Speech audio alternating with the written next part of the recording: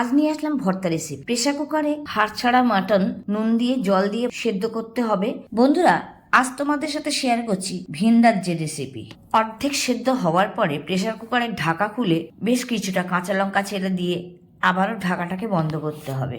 আজ শেয়ার করছি নাগাল্যান্ডের রেসিপি। আর এই রেসিপিটা বেশ ঝাল হয়। তোমরা তোমাদের স্বাদ অনুযায়ী ঝাল ব্যবহার করো। এবার তেলটা গরম হয়ে গেলে পেঁয়াজটাকে ভেজে নিতে হবে। লাল করার দরকার নেই, রংটা স্বচ্ছ হলেই হবে। এরপরে রসুন কুচি আদা কুচি দিয়ে আবারও ভালো করে কষিয়ে নিতে হবে। এই পর্যায়ে টমেটো কুচি আর নুন মিশিয়ে আবারও ভালো করে টমেটোটা গলে যাওয়া পর্যন্ত মিশিয়ে নিতে হবে। এই রেসিপিতে মশলার আধিক্য নেই। সেদ্ধ করা মটনের পেস্টটা এখন দিয়ে আবার বেশ কিছুটা কাঁচা লঙ্কা দিয়ে মশলার সাথে কষিয়ে নিতে হবে। খুব ভালো করে কষানো হয়ে গেলে অনেকখানি ধনেপাতা দিয়ে আবারও মিশিয়ে নিয়ে আজকের রেসিপি তৈরি হয়ে গেল নাগাল্যান্ডের একটি বিখ্যাত রেসিপি নাগা ভর্তা। ভাত রুটি সবার সঙ্গে জমে যাবে। রেসিপিটা ভালো লাগলে লাইক দিতে ভুলো না।